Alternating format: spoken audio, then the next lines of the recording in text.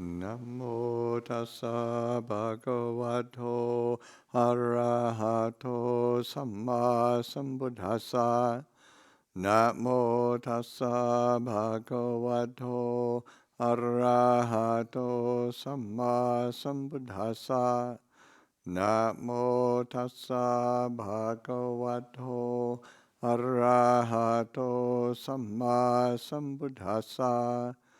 Buddhang Dhammang Sanghang Namasami.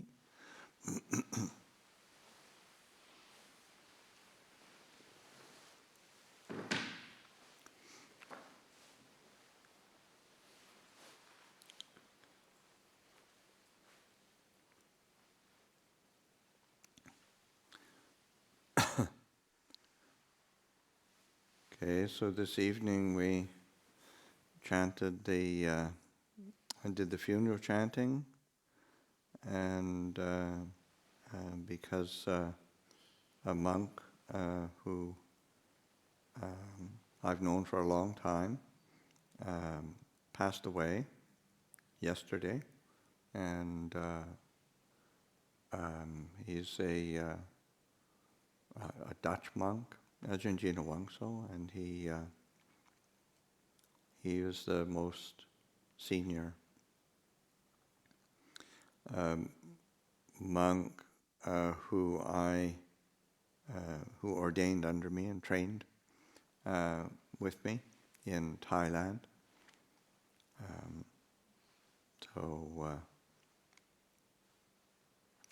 And he'd been living in Sri Lanka this past, I don't know, maybe close to 15 years, and living at the island hermitage, and part of the, of course, the part of the life is going on alms round and taking a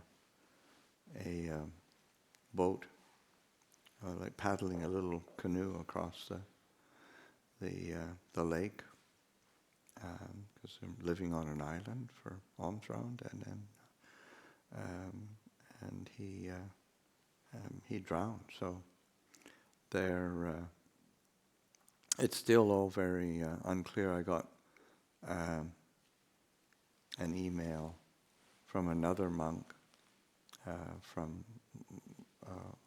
trained with me in Thailand, who was living in Sri Lanka and has been for many years, and he letting me know, and he said the details are still unclear.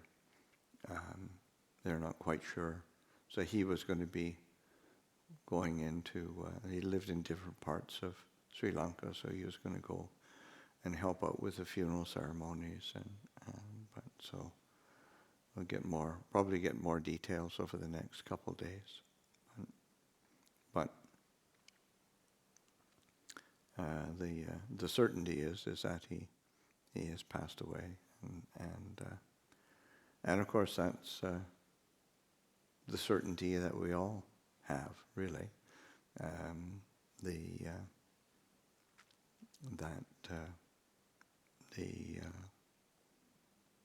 The nature of our life is the having been born, that we will pass away. That's the very last chant that we do. Anicca vata sankara upandavaya damino upajitava nirujanti te sango pasamo sukho.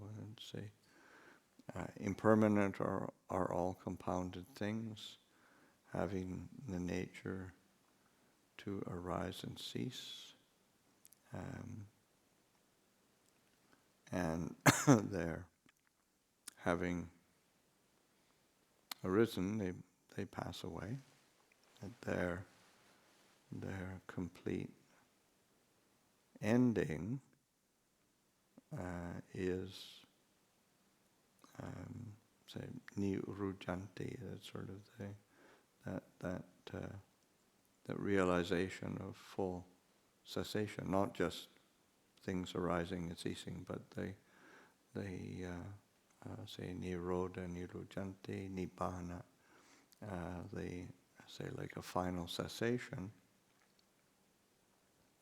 is truly peaceful and happy.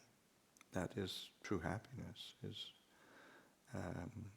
Because the reality is what passes away also conditions the next coming into being. And as long as we have causes in place, then that coming into being, that arising, being born, takes place again. We're always looking for the next thing, worried we won't get it, worried we will get it, and so that we keep going on and on. And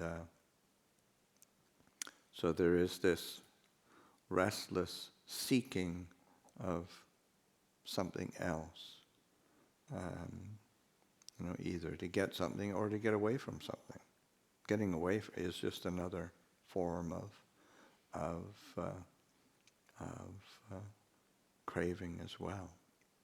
So it's not, that doesn't say this nirujanti, this liberating cessation doesn't come about because we're steeped in aversion and we don't want it. That isn't the way out. That's the way to keep being entangled. So this true understanding of the nature of things is what has to be penetrated. An understanding of and that's why in the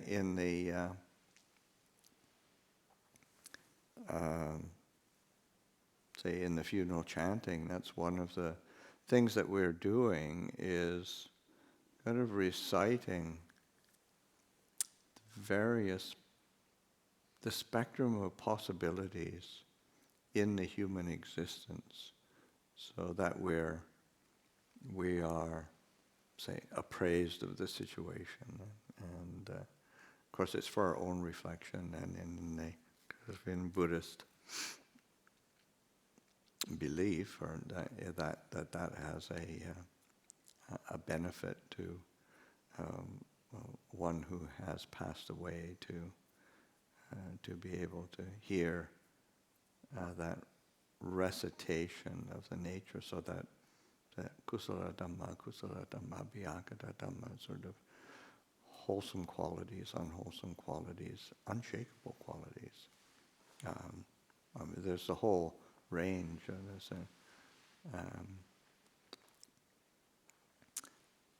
joyous dhammas, happy dhammas, equanimous dhammas, adita dhamma, nagata dhamma, paccuppanna dhamma, dhammas of the past, dhammas of the future, present dhammas. I mean, it's sort of, the whole chant is a recitation of the whole range of what we can experience, and to be able to look on it as okay. Says as Ajahn Chah says, it's just that much. It's not. It's not something to get excited about. It's not something to get averse to. It's not something to be fearful of. It's just the way things are. And as long as we don't understand the true nature of things, then we keep getting entangled in them, and we keep getting reborn within them, re-becoming, re-establishing our entanglement. And so that ability to see things clearly, and seeing how they are. It's like, just like the beginning of that. Kusala dhamma, abhayagiri dhamma. These are qualities which are they have separate manifestation,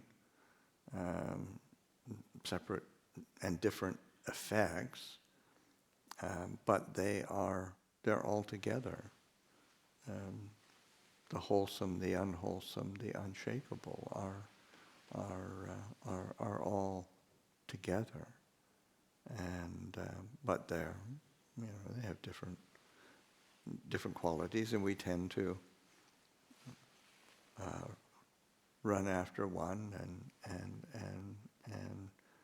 run away from another. We try to we like this one, we don't like that one, but that's reacting out of our preferences as opposed to seeing things in their true nature. So say Ajahn Chah. Remember one time him just giving the image of a say of a knife. It's like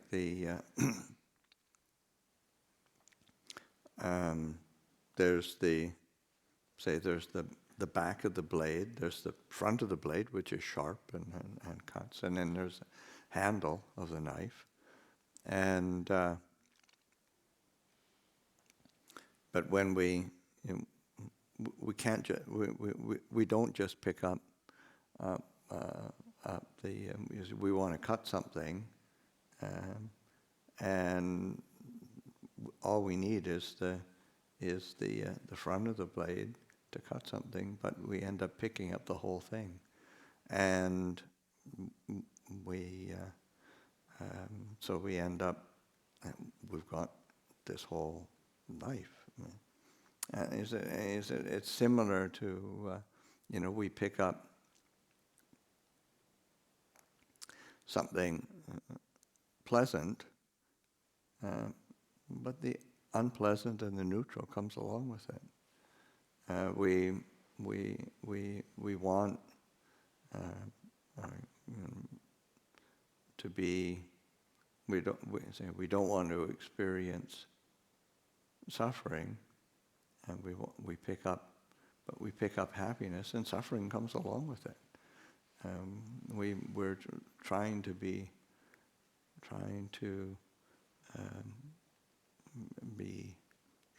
good, but then the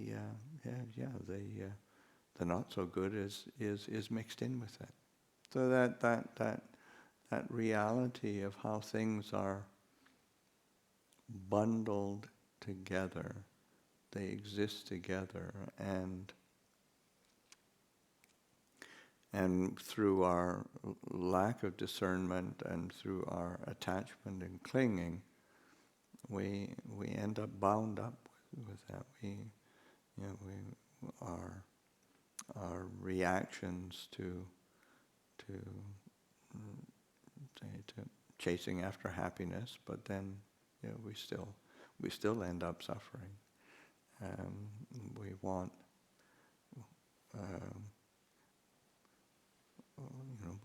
we want to be born, we want to exist, but then death comes along with it, and it's just part of the package.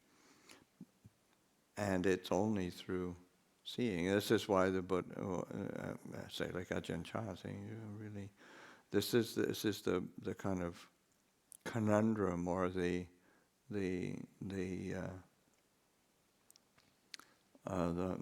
problem that we need to be solving is how do we pick up this thing called life and not get entangled in it, not be picking up all the suffering and being entangled in the whole round of birth and death, happiness and suffering,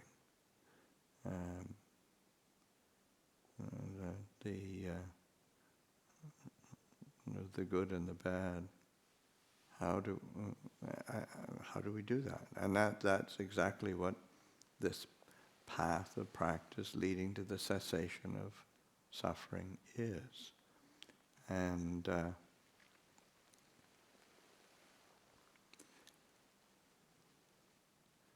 think of the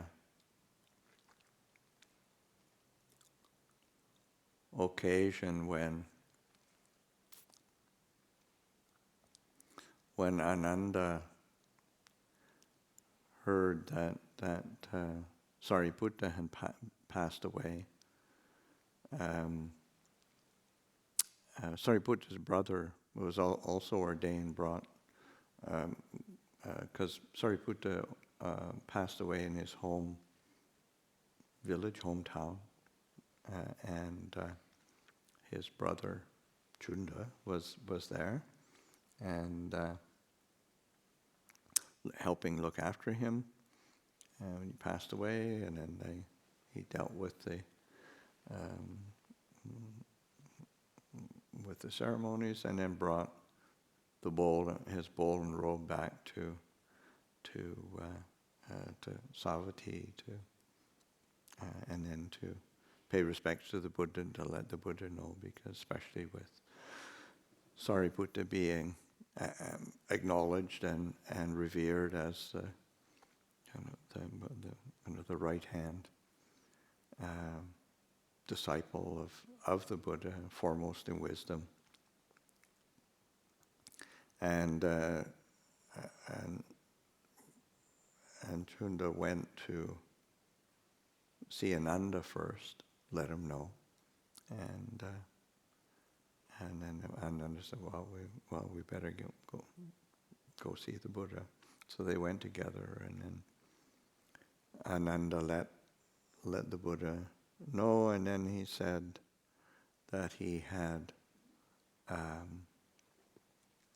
on hearing the news that Sariputta had passed away, and he said it was like, just felt really faint and weak, and felt like it was really affected, sad, and so it was like just kind of a darkness coming over, and like a light had really gone out, and the Buddha was said, haven't I told you before that whatever arises will pass away? And he was actually quite. He said that when Sariputta passed away, did he take virtue with him? Did he take samadhi with him? Did he take panya with him? Did he take knowledge and liberation of release with him? No. So why are you feeling bereft? And then Ananda spoke very beautifully, and he said, Sariputta was such a mentor and friend, not to just myself, but to so many of the Sangha. And the Buddha then exhorted Ananda to be, again remind him that this is the nature of all conditioned things, and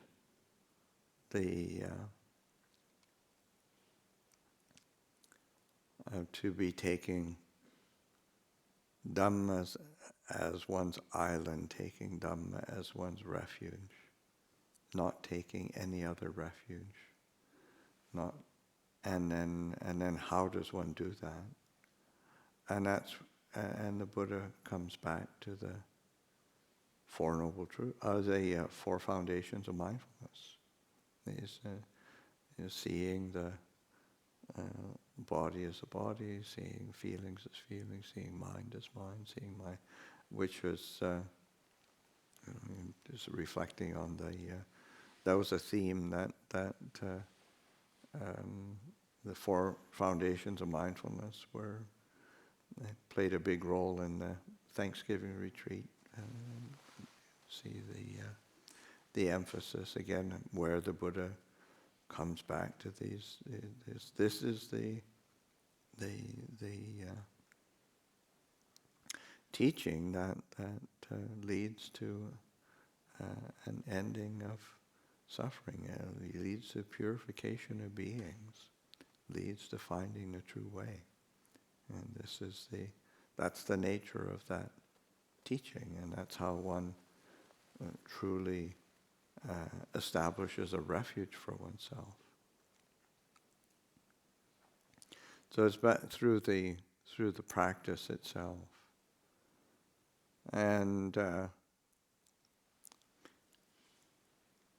course, sometimes the Buddha could be pretty tough with Ananda, but there's another sutta where the Buddha is in the assembly of the Sangha, and he actually, and it would have been around this time, shortly after the passing away of Sariputta and the Buddha, just expressing the fact that he's just feeling that without Sariputta and Moggallana in the Sangha anymore, with them, if you're just feeling, it's a bit empty, a bit. So that the Buddha's, of course, returns and says, but how could it be any other way? But still, one feels that loss. One recognizes that loss. But it's so important to be able to recognize at the same time how that freedom from suffering is experienced, how that liberation of the heart is experienced, because it's similar to where that Ajahn Chah, using that image of the knife. You pick up the whole thing, so you've got both the back of the blade, the handle of the blade, the front of the blade, the sharp edge of the blade. How do you hold it? How do you deal with it? How do you experience it so that there isn't any attachment, any clinging, any assumption of preference or ownership? And how does one experience freedom within that? And of course, that's how do we relate to this whole body-mind experience, this whole the relationships that we have with the people around us, in a way that we're not creating those entanglements of delusion. That's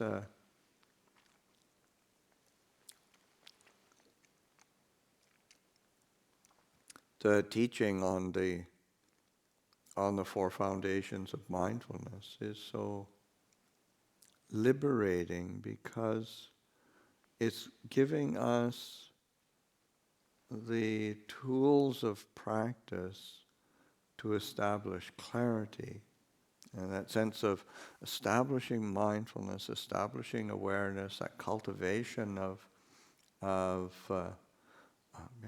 truth discerning awareness. But it's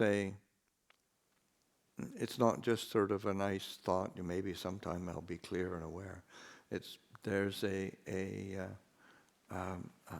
there's a continuity of developing and a focal point for that cultivation, that relationship to the body, relationship to feeling, relationship to the mind, relationship to the qualities of mind. That's grounded in Dhamma, rooted in truth. And when we see that, or we cultivate that through our practice, then we're able to seeing the impermanent, unsatisfactory, non-self nature of everything that is internal, external, belongs to us, in the sense of our body, our mind, but then also the whole world, the whole all the realms of beings in existence. They have exactly that same nature, and that being able to to recognize that the fundamental quality of particularly that non-self. And so not establishing that sense of identity and ownership and it's a relationship to it, but it's not as if there's that one is dissociated. It's actually, the association is one of discernment and wisdom and release, so that the heart is really free. So that this contemplation of death is a reality. Of course, these are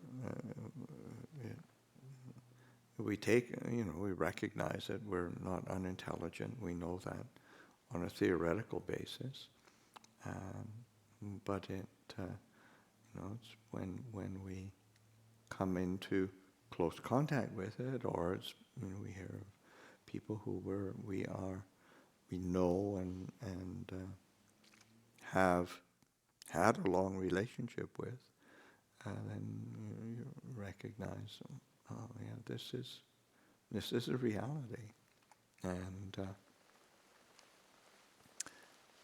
it has an effect on the heart. So being able to consider from the basis of our this is part of our training, is to lift it up for reflection. But it's also, again, that practice, cultivation of these four foundations of mindfulness, or any aspect of the path, is something that we do in a really clear and measured way, so that the practice and training is sustainable. Because it isn't, freedom from suffering is not something that we can will into existence just because we think it might be a good idea. It's something that we have to cultivate and train, and it's like Ajahn Chah saying that first you have to know the Dhamma, then you have to see the Dhamma, then you have to be the Dhamma. So it's that knowing is getting that theoretical understanding, a good grasp of the teachings, a good grasp of the ways of practice and training, but then putting it into practice so that we really start to see it, really start to recognize, oh, this is its true nature. This is how it works. This is what I can do. So it's that seeing it. But even the seeing is we have to deepen that and sustain so that it is established so clearly, so consistently that we don't forget, we don't get distracted, we don't get caught.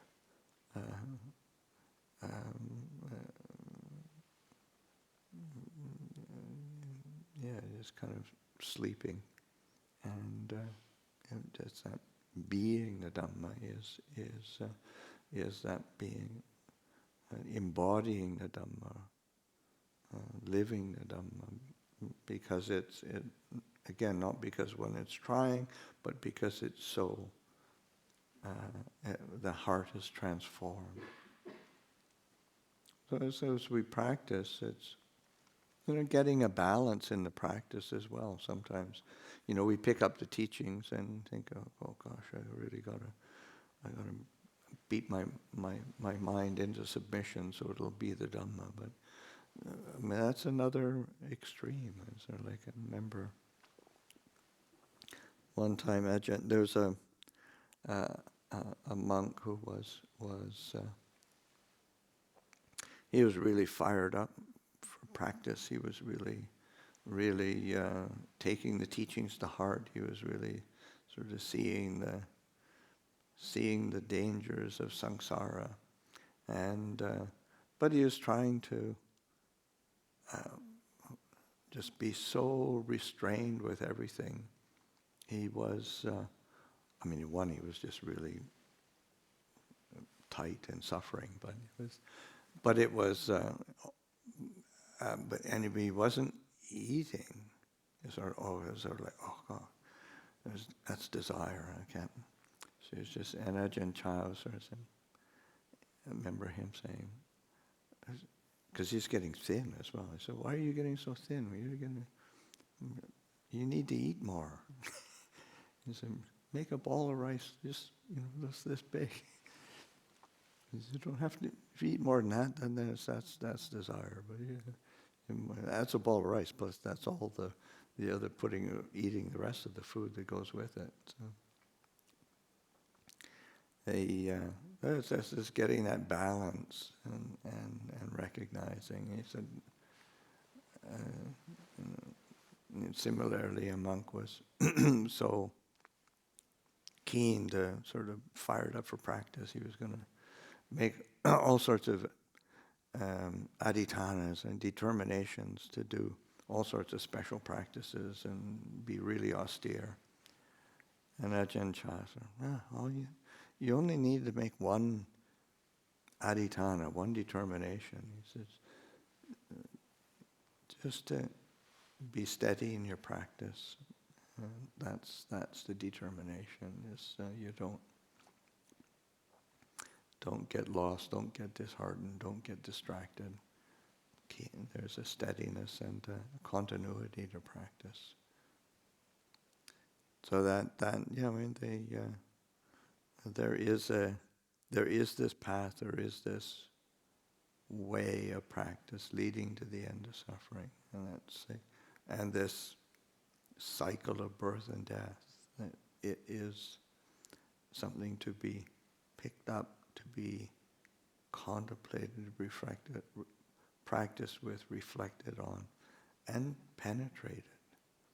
So just an encouragement to reflect on that, and particularly when it's like recognizing that everything in the world is teaching us. What are we learning? To offer it for reflection.